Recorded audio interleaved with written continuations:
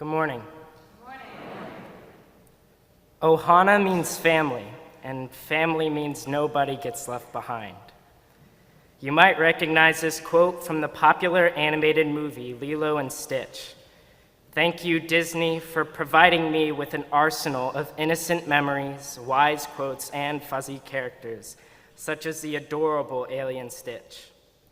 Everybody's favorite extraterrestrial came down to Earth and became quick pals with Lilo, a young girl who didn't have many friends and only had her older sister as a guardian. This lovable story connects to many memories in my own life, like the time I took a picture with Stitch at Disney World, but most strongly in the time I met the real Lilo and Stitch far away from Orlando, Florida.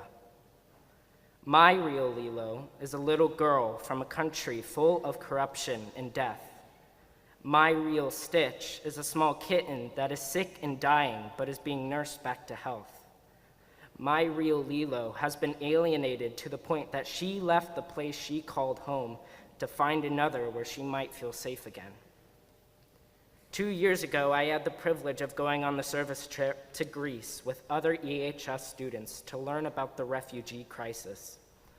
Our group traveled to the island of Lesbos off the coast of Turkey, which over 500,000 refugees have attempted to pass through on their way to Europe. On the last day, we visited a community center for refugees. Stepping out of the van, I saw the Turkish shore on the horizon. I walked to a picnic table where a few men and children sat. I thought I would feel out of place. My troubles paled in comparison to theirs, so how could I talk to them? I did not expect to make any lasting connections. And then there she was, Lilo in real life. Well, actually, she was a young girl holding a small, sickly kitten. She instantly caught our attention, and for the next hour, we all took care of the kitten, feeding and playing with it. I wonder if we had tried so hard to help the small animal because there was so little we could do to help the girl. We just felt the need to help someone. Then I sat with another man who looked to be in his mid-20s. He had traveled to Lesbos from Afghanistan and had been on the run from smugglers who kidnapped him in Turkey. My religion does not condone this violence, he said as he told this story. We are only searching for a place to call home. This day I met the real Lilo was the day I began to understand why so many people were on the move. They were alienated in almost every country they came to, and they often had no place left to go. A few months after the Greece trip, I traveled to Anaheim, California for the Student Diversity Leadership Conference. The thought of staying in a hotel a block away from Disneyland was too good of an opportunity to pass up. As it turned out, I would happily have no time to go to Disneyland that weekend. In small group sessions, we would be going through key identifiers of diversity: race, religion, sexuality, ability, family, socioeconomic status, and gender. As a white Christian male, I believed I had nothing to contribute and no stories to tell that have not already been told.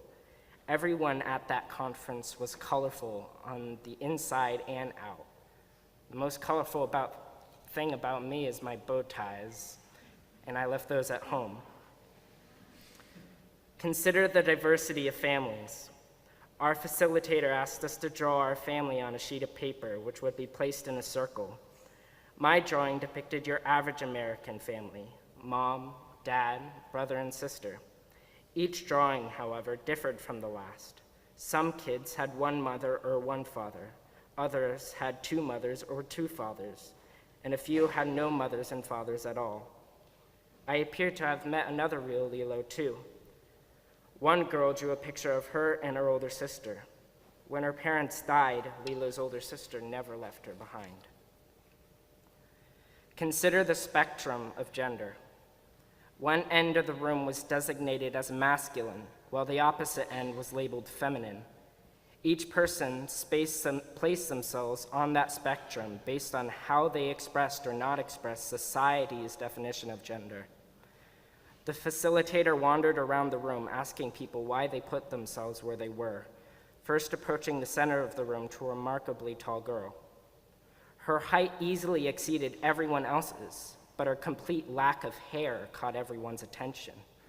Most people think I'm a guy upon meeting me.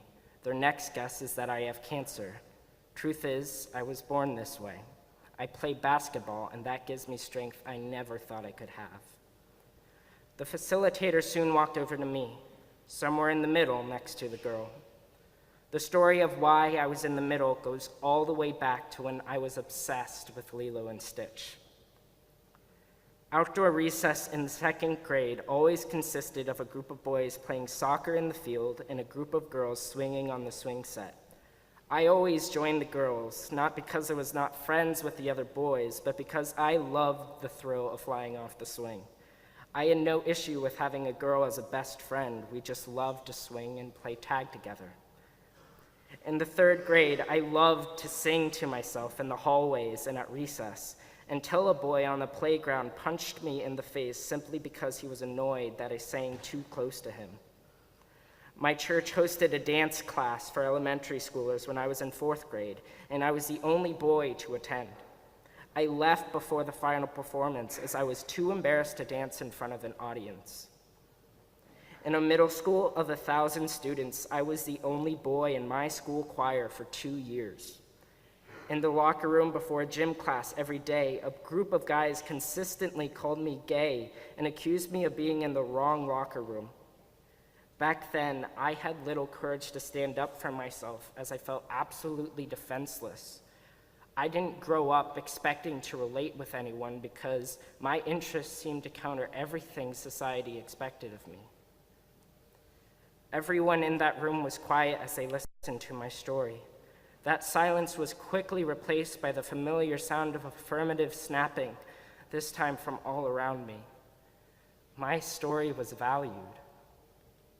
Episcopal High School is a much different place compared to the schools of my childhood. I am grateful to be in a choir with 16 other guys because singing is just a part of life here. Instead of being punched in the face, I am met with way too frequent standing ovations. I can say without a doubt that I am in a much better place than I was a few years ago. Unfortunately, there are still people at Episcopal who feel cornered and alienated. I still see the guy being made fun of in the locker room and the girl who no one pays any attention to because everyone thinks she is too caught up on her studies. As the plane took off back to DC from California, my mind wandered to the little girl at the community center. I wondered if her kitten was okay. I also pictured the tall girl from my group at the conference scoring the game-winning basket and everyone cheering her on in the stands. A few years from now, I don't think I will remember not getting to go to Disneyland that weekend. In fact, I took something away much more valuable. The love and acceptance that was shown to me surpassed any Disney movie and gave me the hope I needed to start making a difference. Lilo didn't have much, and yet she took in that crazy blue alien Stitch as her own, adopting him into her unconventional family. Imagine if we reached out to those in our community that felt alienated and showed them that we value their stories too, that we are allies to everyone here, regardless of the color of their skin, what they believe in, the people they love, how they identify themselves, how much money they have, and their physical and mental abilities. We could be a real family, and family means nobody gets left behind. Thank you, and God bless our Episcopal High School family.